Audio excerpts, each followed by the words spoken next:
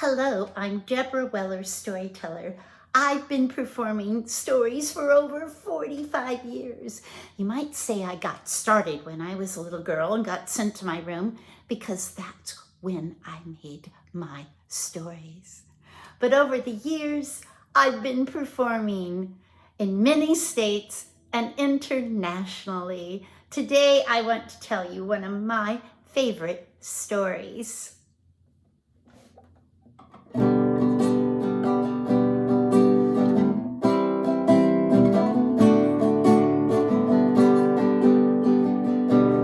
want to tell you a story, spin you a yarn, take you on a magic trip here and beyond. Bring your imagination and a happy smile.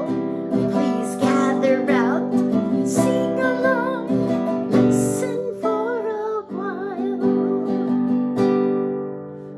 This story that I want to tell you today comes from Norway. It is called The Talking Pot. I will skip, how far will you skip? Up the hills and down the dales and into the rich man's house. Once there was a very poor man and his wife, and they had a little farm, but it had been a very rough year. There had been a drought, and with that drought, their crops dried up, and their animals were getting very thin. They sat down at the dinner table one night and they wondered, what should we do? Well, the woman said, why don't we sell the cow? Take her to the marketplace tomorrow. It would at least give us enough money to make it through the winter. All right, dear, I'll do that.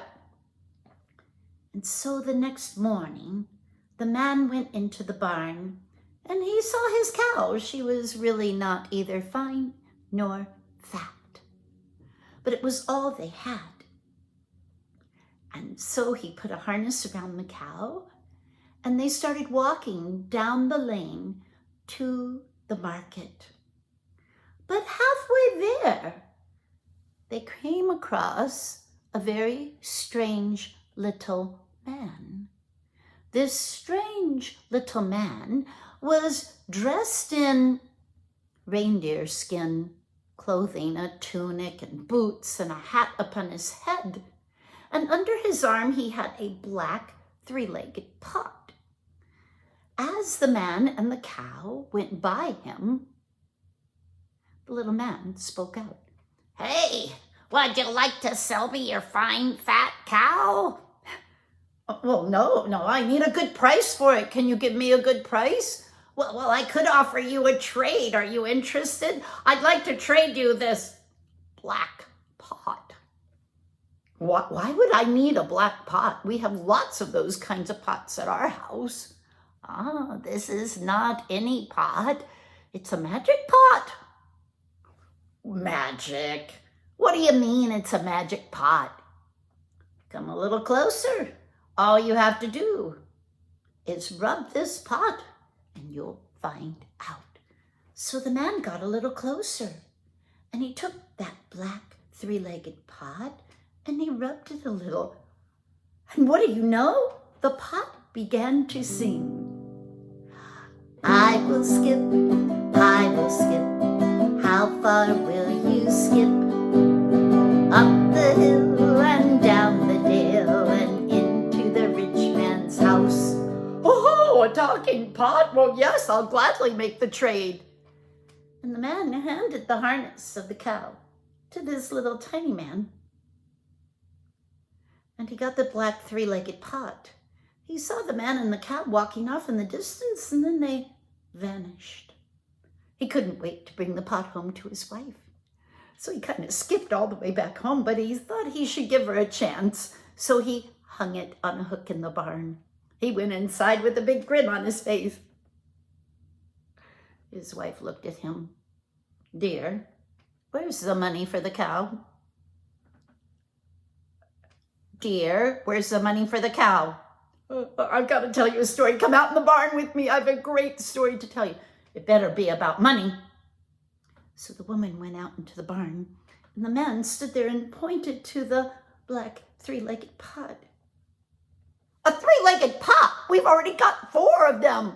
That's not money for the winter. What have you done? Oh dear, you have to rub the pot, and you will find out. What? Rub the pot? So the woman took it off the hook, and she rubbed it. But the pot began to sing. I will skip,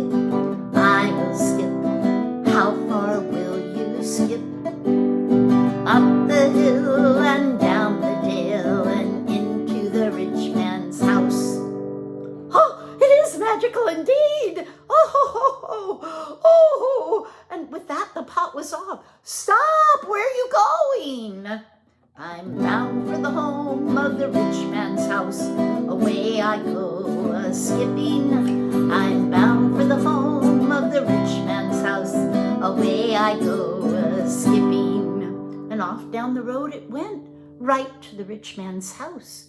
It went into the kitchen.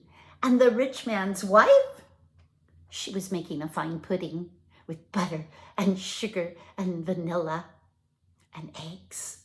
And the pot just rested on the table. And the woman saw it and said, that's just the pot I need to make my fine pudding.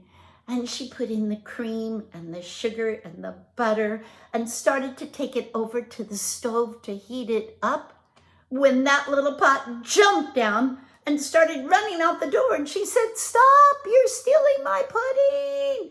And the little pot replied, I'm bound for the home of the poor man's house. Away I go a-skipping. I'm bound for the home of the poor man's house. Away I go a-skipping. And it went back to the poor man's house, jumped on the table.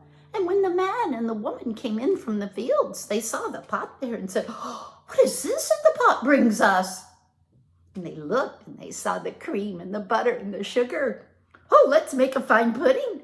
They put it on the stove and stirred it and cooked it until it was delicious and thick. And they ate it until they scraped the inside. Then they cleaned that pot, shined that pot, and put it on the fire. And they went to bed.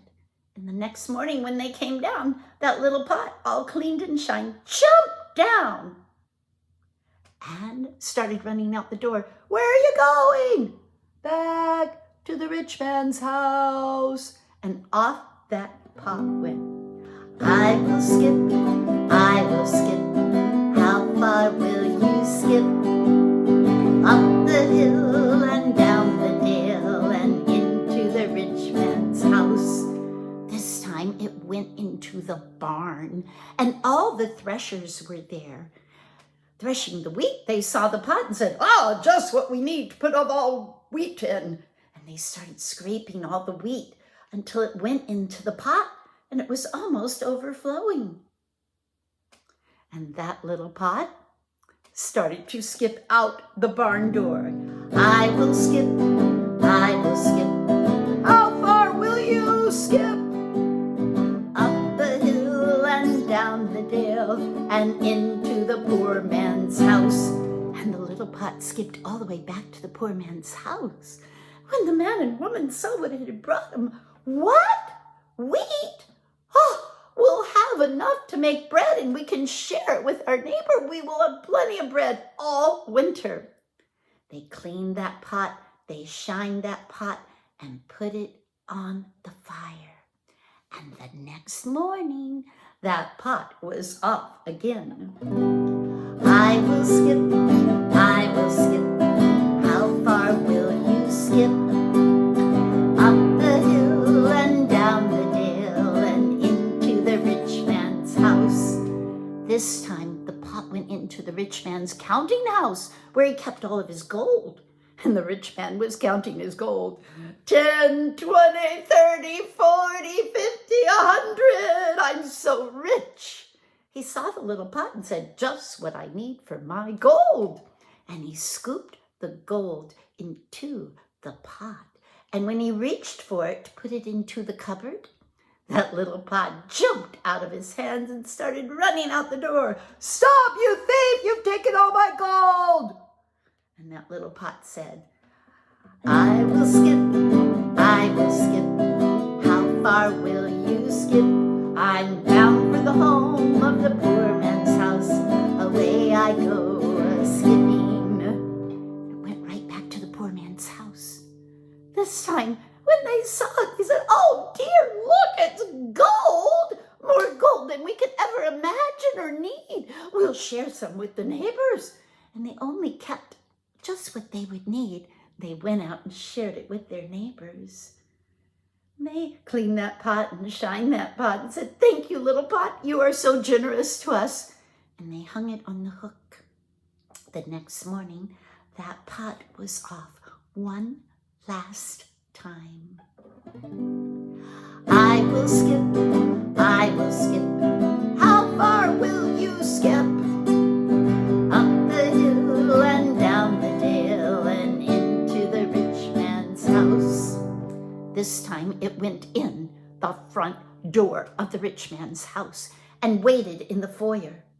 The rich man looked down from upstairs and he came charging down the stairs. There you are, you thieving scoundrel! You stole all of my wife's pudding. You stole all of my gold. You stole all of my wheat. I'll make you pay it back, every last farthing and more. And the little pot began to sing, I will skip, I will skip. Well, then just skip to the North Pole. And the man grabbed hold of the pot, but when he did, his hand stuck fast. And when the little pot went out the door, skipping toward the North Pole, the man was stuck to the pot. And they went over the hills and down the dales and up the mountains. And they say that you can look on the hills and the mountains and you might still see the man and that fast skipping pot.